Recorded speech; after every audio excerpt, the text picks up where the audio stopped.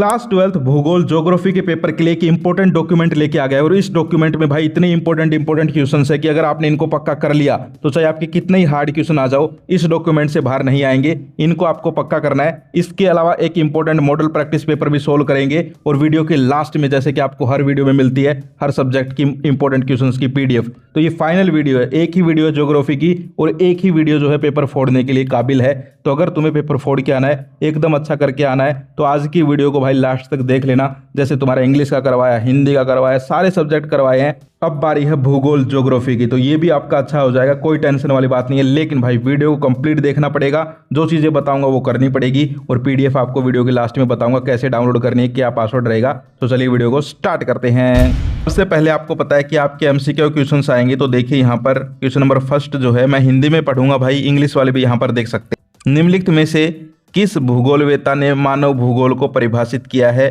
क्या परिभाषा दी है? मानव भूगोल मानव समाज और पृथ्वी की सतह के बीच संबंधों का संश्लेषित अध्ययन है। तो ये परिभाषा किसने दी है, किसके अनुसार ये परिभाषा है, उसका नाम बताना है, ठीक है। या फिर कई बार प्रश्न आ जाता है कि मानव भूगोल का जनक किसे कहा जाता है, समझ गए। तो ऐसे प्रश्न जो है आ जाते हैं। तो इसका क्या आंसर हो जाएगा? इसका आंसर हो जाएगा ऑप्शन सी, फ्रेडरिक रेटजेल, ठीक है। ऑप्शन सी हो जाएगा, इंग्लिश वाले भी देख सकते हैं। इसके बाद हम आगे चलते हैं। निम्नलिखित में से कौन सा मानव विकास सूचकांक का उपागम नहीं है? अब यहां पर एक वर्ड आ रहा है भाई, कीवर्ड पकड़ लो, मानव विकास सूचकांक। इतना इंपॉर्टेंट टर्म है ना, ये इतनी इंपॉर्टेंट है कि अगर तुम ज्योग्राफी का पेपर देने जा रहे हो और इसके बारे में नहीं पता तो पेपर देने मत जाओ भाई, घर पे रहो, क्योंकि ये मोस्ट इंपॉर्टेंट है। मानव विकास सूचकांक, ठीक है, इसके बारे में पढ़ लो। बड़ा क्वेश्चन भी आ सकता है, छोटा भी आ सकता है, पक्का आएगा। तो मानव विकास सूचकांक जो है इसके बारे में आपको पता होना चाहिए। तो अब इस प्रश्न का उत्तर देखते हैं। प्रश्न है निम्नलिखित में से कौन सा मानव विकास सूचकांक का उपागम नहीं है, पूछा है, ठीक है। तो कौन सा हो जाएगा? डी, पूंजीवादी उपागम, कैपिटलिस्ट अप्रोच, ठीक है, यानी कि human development index. Important topic है, इंग्लिश वालों को बता देता हूं। मानव विकास सूचकांक, human development index, most important. इसके बाद हम आगे चलते हैं। प्रश्न नंबर 3 है। अभी एक और इंपॉर्टेंट पेपर करवाऊंगा, वो तो जो है थोड़ा सा डिफिकल्ट लेवल का है, तो उसको थोड़ा देखना भाई, ठीक है। तो ये है अगला। निम्नलिखित में से किस प्रकार के उद्योग अन्य उद्योगों के लिए कच्चा माल का उत्पादन करते हैं? ये क्वेश्चन भाई इतना इंपॉर्टेंट है, 3-4 बार आ चुका है ये क्वेश्चन, सच बता रहा हूं भाई, दिल से बोल रहा हूं ये बात, ठीक है। क्योंकि जब मैं एनालिसिस कर रहा था वीडियो बनाने से पहले तो मैंने देखा ये क्वेश्चन बहुत आता है भाई। इंग्लिश में पढ़ देता हूँ, इंपॉर्टेंट है इसलिए। Which of the following type of industry produce raw material for other industries? Most important है, ठीक है। तो इसका आंसर हो जाएगा सी, बुनियादी आधारभूत उद्योग, बेसिक इंडस्ट्रीज, ठीक है। ऑप्शन सी कर लेंगे, मोस्ट इंपॉर्टेंट है। और देखिए उद्योग धंधे जो हैं उनके ऊपर आपका बड़ा प्रश्न आएगा, कीवर्ड है यहाँ से। इसके बाद अगला देख लीजिए, इनमें से कौन सा भाषा परिवार भारत में प्रमुख है? लीजिए भाई, इनमें से कौन सा भाषा परिवार भारत में प्रमुख है, ये आपको बताना है। तो कौन सा है भाई? इसमें हो जाएगा ऑप्शन डी, भारत यूरोपीय, ठीक है। क्या हो जाएगा? भारत यूरोपीय, इंडो यूरोपियन। इसके बाद हम आगे चलते हैं। 2011 की जनगणना मोस्ट इंपॉर्टेंट। 2011 की जनगणना से एक प्रश्न छप गया, तुम्हारे छप गया, ठीक है। कुछ भी आ सकता है, वो समझ गए। तो पढ़ लेना, थोड़ा सा जनगणना वाले क्वेश्चन है ना, उनको पढ़ लेना। तो यहाँ पर क्या दे रखा है? 2011 की जनगणना के अनुसार भारत के किस राज्य में जनसंख्या का सबसे कम हिस्सा है? समझ गए, सबसे कम हिस्सा कहाँ पर है ये आपको बताना है भाई। तो सबसे कम हिस्सा है भाई सिक्किम में, ऑप्शन सी कर लेंगे, सिक्किम में। आगे देखिए, निम्नलिखित में से कौन सा खनन शहर है? ठीक है, यानी कि जहां पर खनिज मिलते हैं, ये पूछना चाह रहे हैं। क्वेश्चन थोड़ा घुमा फिरा के आ सकता है, लेकिन आएंगे इनसे बाहर नहीं आएंगे, ऐसे ही। तो क्या हो सकता है इसमें बताओ? झरिया, श्रीनगर, अलीगढ़, सतना, कौन सा होगा, क्या लगता है? इसमें हो जाएगा झरिया, ऑप्शन ए ही हो जाएगा, ठीक है। ऑप्शन ए कर लेंगे राइट आंसर। आगे देखिए, अब भारतीय राष्ट्रीय राजमार्ग प्राधिकरण NHAI, एक क्वेश्चन पक्का हो गया तुम्हारा अगर तुमने इसके बारे में पढ़ लिया तो। एक प्रश्न पक्का आएगा, कई बार इसकी फुल फॉर्म भी आई है दोस्त, ठीक है। सीधा आएगा MCQ, NHAI की फुल फॉर्म क्या है? तो देख लो यहीं पर लिखी हुई है, भारतीय राष्ट्रीय राजमार्ग प्राधिकरण, ठीक है, national highway authority of India. पक्का बता रहा हूँ, फुल फॉर्म बहुत बार आती है। तो इसका जो है संचालन किस वर्ष में हुआ था वो बताना है, 1995, 1995। ओके, आगे चलते हैं। भारत के किसी एक स्थल रूढ़ स्थलबद्ध बंदरगाह का नाम बताइए। ऐसे एक प्रश्न पक्का आएगा, भारत के सबसे बड़े बंदरगाह का नाम बताइए, छोटे बंदरगाह का नाम बताइए। तो बंदरगाह पक्के कर लो, ठीक है। 2 बंदरगाह मैप में भी आएंगे, 2 के क्वेश्चन आएंगे, ठीक है। तो बंदरगाह का टॉपिक पक्का कर लो भाई। तो यहाँ पर आपको नाम बताना है, तो विशाखापट्टनम, ठीक है। क्या हो जाएगा? विशाखापट्टनम हो जाएगा। अगला देखिए, अभिकथन कारण है, ठीक है, प्रश्न नंबर 9। तो अभिकथन पढ़ते हैं। ग्रामीण भारत में कृषि मुख्य व्यवसाय है। Agriculture is the main occupation in rural India. अब ये भी पढ़ाने की जरूरत है, ये भी पढ़ाने की जरूरत है क्या? सबको पता है, बच्चे बच्चे को पता है भाई, ठीक है। तो भाई गाँव में तो खेती ही होती है, तो ये सही है। इसका कारण देखो, भारत के ग्रामीण क्षेत्रों में आधुनिक उद्योग और सेवाओं तक पहुंच सीमित है। ये भी सबको पता भाई, गांव में कोई बड़ी बिल्डिंगें, शहरों में तो हैं, ठीक है, जैसे गुड़गांव वगैरह बड़े शहर है उनमें तो हैं, लेकिन गांव में देखिए तुमने बड़ी बड़ी शीशों की बिल्डिंगें, ये वो नहीं है, सीमित है। कोई होगी भी तो 1-2 होंगी, ठीक है। तो दोनों चीज़ सही है। क्या है? दोनों चीज़ सही है भाई, समझ गए। यहाँ पर हम ऑप्शन एक बार देख लेते हैं। तो ऑप्शन आप देखेंगे तो देखिए, ऑप्शन हमें ऐसा देना पड़ेगा कि भाई ये इसकी व्याख्या करता है या नहीं करता, ठीक है। क्योंकि देखिए ऑप्शन पहला है, अभिकथन और कारण दोनों सत्य हैं और कारण अभिकथन की सही व्याख्या है या गलत व्याख्या है। अभिकथन सत्य है लेकिन कारण गलत है, अभिकथन गलत है लेकिन कारण सत्य है, तो दोनों सही हैं। तो सी और डी ऑप्शन तो कट गए, ठीक है। ऑप्शन ए और बी में से आंसर होगा ए कर लेंगे, ठीक है। क्या कर लेंगे? ए। व्याख्या भी करता है भाई, ठीक है, क्योंकि दोनों ही जो है कारण और अभिकथन दोनों में भारत के ग्रामीण क्षेत्र की बात हो रही है। आगे चलते हैं, प्रश्न नंबर 10 देख लीजिए। अब अभिकथन है, आधुनिक भूगोल में पर्यावरण नियतिवाद को व्यापक रूप से स्वीकार किया गया है। Environmental determination was widely accepted in modern geography. तो ये सही है या गलत है? गलत। रीजन देखिए, आधुनिक भूगोल पर्यावरण चुनौतियों पर काबू पाने में मानव स्वतंत्रता और तकनीकी नवाचार पर जोर देता है। तो ये सही है। तो इसमें क्या कर लेंगे कि भाई अभिकथन गलत लेकिन कारण सत्य है, ऑप्शन डी कर लेंगे, समझ गए। अब बड़े प्रश्न लगा लो निशान भाई, कौन कौन से आ सकते हैं और इनकी जगह कैसे आ सकते हैं वो भी बताऊंगा साथ के साथ, ठीक है। पहला है, रुक जाओ, रुको एवं जाओ नीतिवाद क्या है, ठीक है। तो ये देखिए नया प्रश्न है, ठीक है। इसका हम नहीं बता सकते कि भाई आए ना आए, नया प्रश्न है, आ भी सकता है। जो बार बार रिपीट होते हैं मैं उनके निशान लगवाऊंगा, तो ये कर लेना वैसे।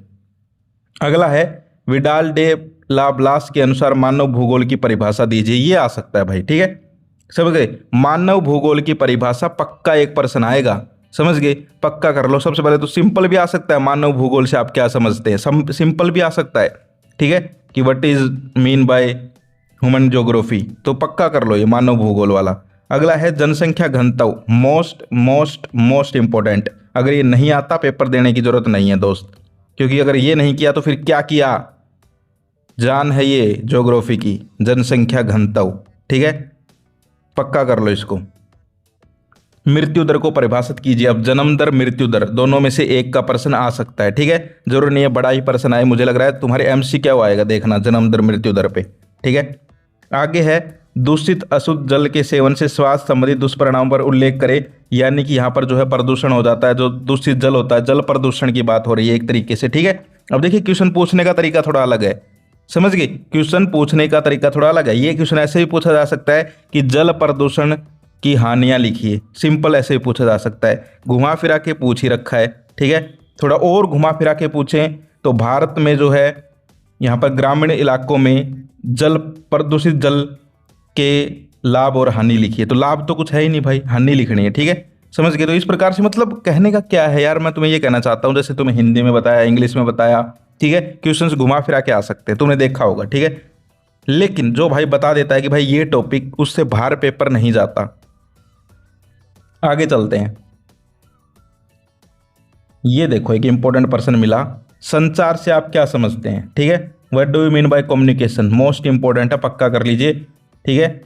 इसके अलावा हिटरलैंड वाला भी देख लेना, इसके अलावा जो इंपॉर्टेंट है वो लगवा रहा हूँ, वैसे करने तुम्हें सारे ही हैं, लेकिन जो मोस्ट इंपॉर्टेंट, जो पक्का ही करने हैं, एक ये कर लेना 18 वाला, जनसंख्या विस्फोट, मोस्ट इंपॉर्टेंट, जनसंख्या घनत्व, जनसंख्या विस्फोट, दोनों में से एक पेपर में छप गया। देख लेना भाई, जिस दिन पेपर देख के आओ ये वीडियो देख लेना दोबारा से, चाहिए ये भाई ने बोला था छप गया तो छप गया। जनसंख्या घनत्व या जनसंख्या विस्फोट, दो ऐसे क्वेश्चन हैं, या तो टीचर जनसंख्या घनत्व का क्वेश्चन देगा पेपर में या जनसंख्या विस्फोट का देगा, 100% देगा। ठीक है, अब वो टीचर पे डिपेंड करता है। मैं टीचर होता तो मैं जनसंख्या विस्फोट देता। ठीक है, आगे चलते हैं। भारत में कस्बों के विकास पर संक्षिप्त टिप्पणी लिखिए, मोस्ट इंपॉर्टेंट है। लक्ष्य क्षेत्र योजना से आप क्या समझते हैं? जितनी भी योजना है सिलेबस में, जितनी भी योजना है उनके बारे में थोड़ा थोड़ा पढ़ लेना है। ठीक है, भारत के विदेश व्यापार की विशेषता का उल्लेख कीजिए। देखिए क्वेश्चन, ये क्वेश्चन ऐसे पूछ सकते थे कि विदेश व्यापार से आप क्या समझते हैं, वही क्वेश्चन है, लेकिन आगे भारत लगा दिया। समझ गए? तुम्हें ऐसे कई क्वेश्चन देखने को मिलेंगे जिनमें आगे भारत लगा देंगे, तो उसको घबराना नहीं है देख के, वो तुम्हें घबराने के लिए लगाते हैं। ठीक है, लेकिन तुम्हें घबराना नहीं है। ठीक है, तो ये आपको विदेश व्यापार के बारे में थोड़ा सा पढ़ लेना है। अगला है अटल सुरंग, मोस्ट इंपॉर्टेंट है। वायु प्रदूषण, 1% पक्का छप गया, जल प्रदूषण या वायु प्रदूषण। अब मुझे नहीं पता दोनों में से कौन सा छपा है, लेकिन एक छप गया पेपर में, चाहे वायु प्रदूषण हो चाहे जल प्रदूषण हो। देख लेना पेपर देने जाओ तब एक छपा मिलेगा, पक्का कर लो ये दोनों। इसके अलावा जो है जनसंख्या परिवर्तन का क्वेश्चन है। हाँ अब आया ना, तृतीयक गतिविधियां। ठीक है, जितनी भी ये गतिविधियां हैं, प्राथमिक द्वितीयक तृतीयक, इनका 1% छप गया, छप गए। ये जो पर्सन मेरे मुंह से निकल रहे हैं भाई, ये छपे हुए हैं, ये पेपर देख के ही मैं बोल रहा हूँ भाई, छपे हुए हैं।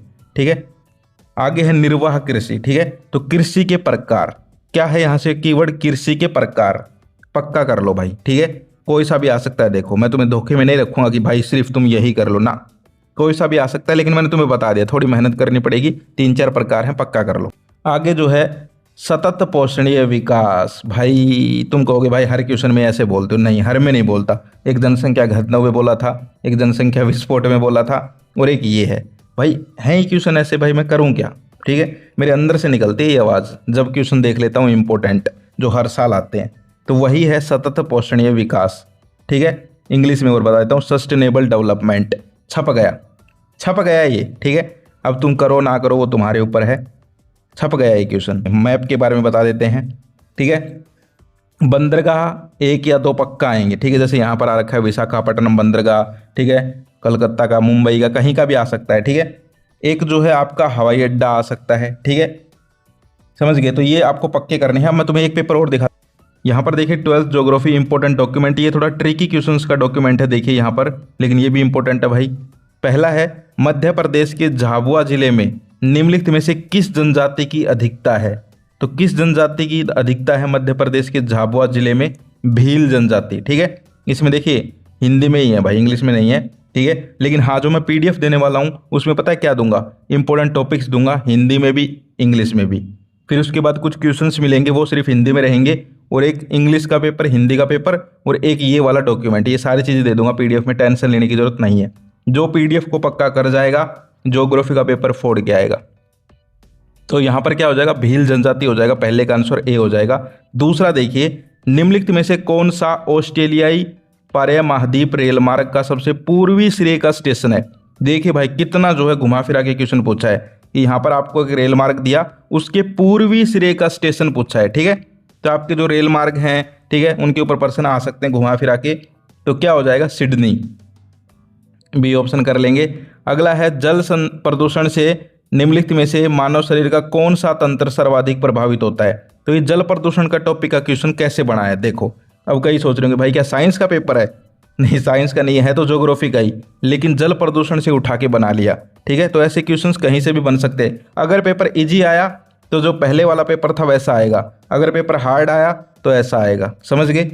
तो कौन सा हो जाएगा, पाचन तंत्र, ऑप्शन D कर लेंगे। अब तुम कहोगे भाई ये तो इजी लग रहे हैं, आएंगे अभी आगे हार्ड। देखो आगे, भारतीय रेलवे की स्थापना 1853 में हुई तथा खालिस्तान से खालिस्तान के बीच 24 किलोमीटर लंबी रेल लाइन निर्मित की गई।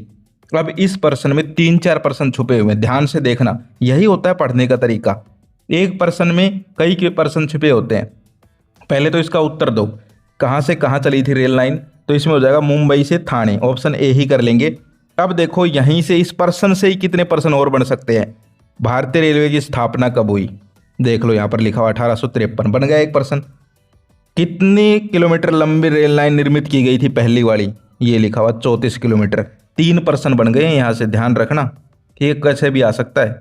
तो 3 पर्सन याद हो गए एक पर्सन में ही। आगे चलते हैं, निम्नलिखित किस राज्य की ग्रामीण जनसंख्या का प्रतिशत सर्वाधिक है।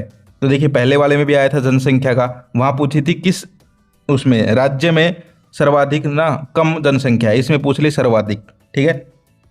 तो किस में है, हिमाचल प्रदेश में, ठीक है। अब तुम कहोगे भाई सर्वाधिक हिमाचल, अरे ग्रामीण जनसंख्या पूछे, गांव में कहां पर कम लोग रहते हैं ये पूछा है, ठीक है। आगे चलते हैं, बस्तियां जो है उनके बारे में प्रश्न है। बस्ती के निम्नलिखित लक्षणों को ध्यानपूर्वक पढ़िए और बस्ती के प्रकार की पहचान कीजिए। देखा है ना, थोड़ा सा हार्ड, यानी कि आपको ये पॉइंट्स पढ़ने फिर बताना किस बस्ती की बात हो रही है। यह जंगलों में एकाकी झोपड़ियों के रूप में दिखाई पड़ती है, ठीक है। यह छोटी पहाड़ियों की ढालों पर दिखाई पड़ती है, ठीक है। मेघालय, उत्तराखंड और हिमाचल प्रदेश के अन्य भागों में इस प्रकार की बस्तियां पाई जाती हैं। तो बस्ती का प्रकार कैसा है बताना है। तो बस्ती है परिक्षिप्त, ऑप्शन डी कर लेंगे, ठीक है। आगे चलते हैं, भारत में गैरीसन नगर से संबंधित सही विकल्प का चयन कीजिए। गैरीसन नगर से संबंधित सही विकल्प का चयन करना है, तो इसमें हो जाएगा ऑप्शन बी, ठीक है। अगला है, निम्नलिखित में से कौन सा आधुनिक नगर का उदाहरण है। मोस्ट इंपोर्टेंट क्वेश्चन है, कौन सा आधुनिक नगर का उदाहरण है ये बताना है। तो हैदराबाद, ऑप्शन डी कर लेंगे। आगे देखिए, ऐसे मिलान करने के प्रश्न आ सकते हैं, समझ गए, एक आध प्रश्न ऐसे आ सकता है मिलान करने का। तो यहाँ पर आपको मिलान करना है भाई। राष्ट्रीय जलमार्ग संख्या 1 जो है वो किस पे है, ठीक है, किससे संबंधित है, ऐसे आपको मिलान करना है। तो इसमें कौन सा ऑप्शन होगा, नीचे है ऑप्शन। तो देखो राष्ट्रीय जलमार्ग संख्या 1, ठीक है, तो ये किससे मिलेगा, गंगा से। दूसरा है राष्ट्रीय जलमार्ग संख्या 2, तो ये किससे, ब्रह्मपुत्र से, ठीक है। तो यानी डी तीसरे से मिल रहा है और बी ऑप्शन है वो चौथे से मिल रहा है। तो ऑप्शन कौन सा होगा, देखो तीसरा चौथा, यानी अब ऑप्शन सी और डी में से होगा, देखो समझ गए। अगला और मिला लो एक, राष्ट्रीय जलमार्ग संख्या 4 किससे है भाई, किससे है, गोदावरी से, ठीक है। तो ऑप्शन कौन सा हो जाएगा, डी हो जाएगा। आगे चलते हैं, अभिकथन कारण। अभिकथन देखिए, एक क्षेत्र का आर्थिक विकास करके उसके संसाधनों, मतलब एक क्षेत्र का आर्थिक विकास उसके संसाधनों पर आधारित होता है। तो ये सही बात है भाई कोई भी क्षेत्र है उसका आर्थिक विकास वहाँ पर कितने संसाधन है इस पर डिपेंड करता है, तो सही है। अगला है कारण, आर्थिक विकास के लिए तकनीक के साथ साथ निवेशक की आवश्यकता होती है। ये भी ठीक है भाई, निवेशक भी होने चाहिए, तो यहाँ पर सही है, ठीक है, दोनों सही है, व्याख्या भी करता है। आगे जो है एक प्रश्न है कि भाई यहाँ पर जो है विशेषता बताई गई है, अब आपको बतानी है किस फसल की बात हो रही है। देख लो नए नए क्वेश्चन, ऐसे क्वेश्चन तुमने देखे नहीं होंगे, ठीक है, पता नहीं क्या कुछ आ जाए भाई, ठीक है। मैच द फॉलोइंग तो आ सकते हैं, इस टाइप का पक्का नहीं है कि अब तो आए ना आए, लेकिन मैं करवा रहा हूँ फिर भी। तो देखो पॉइंट लिख दिए 4, विशेषता बता दी, ठीक है। मतलब ये क्वेश्चन कैसे हैं, जैसे मैं तुम्हें कह दूं भाई तुम्हारा कोई फ्रेंड है, ठीक है, मैं उसके नाम नहीं लूँगा, उसके बारे में बताऊँगा, तुम्हें पहचानना है किस फ्रेंड की बात कर रहा हूँ। थोड़ा सा जो है लंबी हाइट है, ठीक है, थोड़ा सा जो है ज़्यादा बोलता है, तो तुम पहचान जाओगे यार ये तो भाई तुम्हारा कोई फ्रेंड है, मान लो एग्जाम्पल की, ठीक है, उसकी बात हो रही है, समझ गए। तो ऐसे पहचानना है। देखो यह उष्ण आर्द्र कटिबंधीय क्षेत्र की एक फसल है, ठीक है। अब सबसे पहले आ जाना चाहिए दिमाग में भाई कौन कौन सी फसल होती हैं उष्ण आर्द्रीय कटिबंधीय क्षेत्र में, ठीक है। दूसरा कह रहा है पश्चिम बंगाल के किसान इस एक वर्ष में इसकी 3 फसल उगाते हैं। अब ध्यान चला गया पश्चिम बंगाल पे कि भाई वहाँ के किसानों की प्रमुख फसलें क्या हैं, ठीक है, क्योंकि 3 बार उगा रहे हैं ये फसल, तो प्रमुख होगी भाई, इसलिए उगा रहे हैं। अगला है उत्तर पश्चिम भागों में एक खरीफ फसल के रूप में उगाई जाती है, यानी अपने साइड में खरीफ फसल है। इसके प्रमुख उत्पादक राज्य पश्चिम बंगाल, उत्तर प्रदेश और पंजाब हैं, ठीक है। अब पकड़ में आ जाएगी आपको धीरे धीरे। देखिए ये है चावल, ठीक है, चावल ही होगी मेरे हिसाब से या गेहूं होगी भाई, कमेंट करके बताना, मुझे तो चावल ही लग रही है। आगे चलते हैं, भारत में नगरीय जनसंख्या की तीव्र वृद्धि दर निम्नलिखित में से कौन सा कारण गलत है। फिर से आ गया जनसंख्या का प्रश्न, तो कौन सा कारण गलत है, यानी कि जनसंख्या किस वजह से जो है बढ़ रही है, उसमें एक गलत कारण दे दिया यहाँ पर, तो वो हमें छांटना है, ठीक है।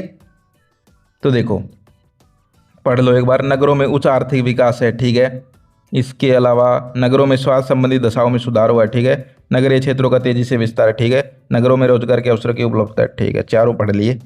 अब इसमें पहला होगा नगरों में उच्च आर्थिक विकास है भाई, ठीक है, ये गलत है, इसकी वजह से जनसंख्या जो है मतलब ये कारण गलत है, ठीक है।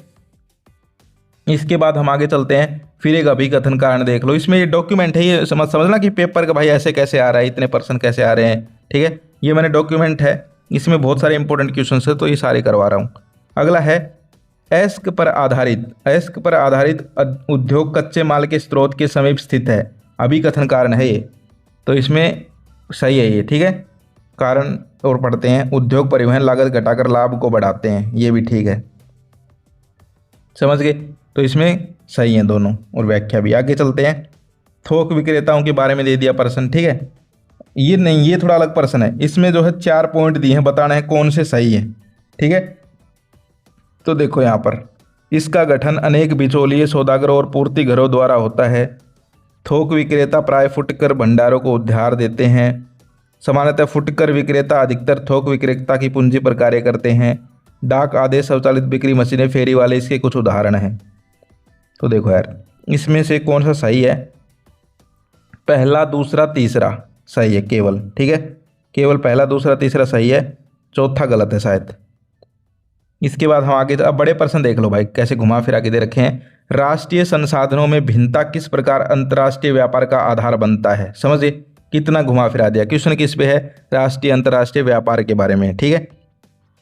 इसके अथवा में देखिए, अंतर्देशीय और बाह्य पतन में उदाहरण सहित अंतर स्पष्ट कीजिए। मोस्ट इंपॉर्टेंट है, जो आपके पतन है, ठीक है, उनके बारे में प्रश्न। अगला है, भारत में जल संभर प्रबंधन के किन्हीं 3 उद्देश्यों का विश्लेषण कीजिए। मोस्ट इंपॉर्टेंट है।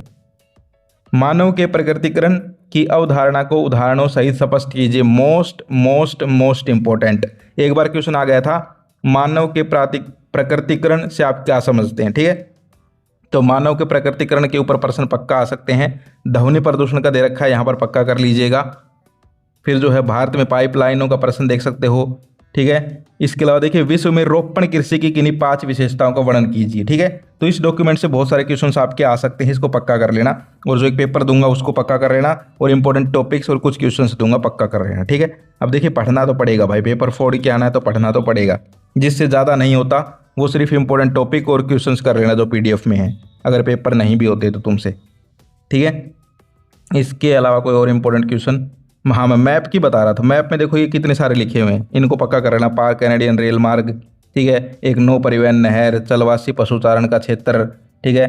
तो ये बंदरगाह वगैरह, इनके बारे में थोड़ा सा पढ़ लेना, ठीक है। इस प्रकार के आपके आ सकते हैं, समझ गए। देखिए यहाँ भी है मानव विकास सूचकांक, सबसे पहले बताया था ना, उस पेपर को डिस्कस कर रहे थे तब। यहाँ भी दे रखा है मानव विकास सूचकांक का प्रश्न, तो ये आपको करना ही करना है, ठीक है। तो अब मैं जो है आपको बता देता हूँ PDF के बारे में, ठीक है। PDF को जो है डिस्क्रिप्शन से डाउनलोड कर लेना। उसके अंदर मैंने आपको बता ही दिया यार सारी चीज़ें कि भाई सबसे पहले जो है उसके अंदर यहाँ पर आपके जो है इंपॉर्टेंट टॉपिक्स रहेंगे, फिर इंपॉर्टेंट कुछ क्वेश्चंस हैं, वो जो है नॉर्मल क्वेश्चंस है, उनको पक्का कर लेना। फिर जो है एक पेपर दे दूंगा विद आंसर की, और एक ये डॉक्यूमेंट दे दूंगा, ठीक है, समझ गए। तो इसके आंसर तो मैंने करवा ही दिए, छोटे बड़े तुम कर ही लोगे, और पेपर अच्छा होगा, कोई दिक्कत वाली बात नहीं है। कौन कौन यहाँ तक वीडियो देख रहा है, कौन कौन यहाँ तक वीडियो देख रहा है, कमेंट करके बताओ, ठीक है। तो यहाँ पर जो है पासवर्ड रहेगा 88। क्या रहेगा? PDF का पासवर्ड 88 रहेगा।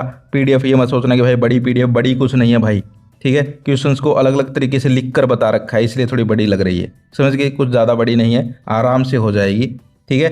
88 PDF का पासवर्ड है, और ज्योग्राफी का पेपर है। एक बात का ध्यान रखना, ठीक है, क्वेश्चंस को थोड़ा ध्यान से पढ़ना, पेपर इजी आएगा, पेपर टाइम से भी पूरा हो जाएगा, कोई दिक्कत नहीं है। बस क्वेश्चंस थोड़े घुमा फिरा के आएंगे, छोटी सी गलती जो है एक बड़ी गलती बन सकती है, ठीक है, समझ गए। जैसे कोई क्वेश्चन में आ रहा है कि इनमें से कौन उदाहरण नहीं है, तुमने नहीं पढ़ा, ठीक है, तो गलती हो जाएगी, समझ गए। तो थोड़ा ध्यान से करना है पेपर, कहने का मतलब ये है। और ज्योग्राफी के बारे में कोई अलग से टिप नहीं है, अच्छा पेपर होगा, इजी सब्जेक्ट है, कोई दिक्कत नहीं है।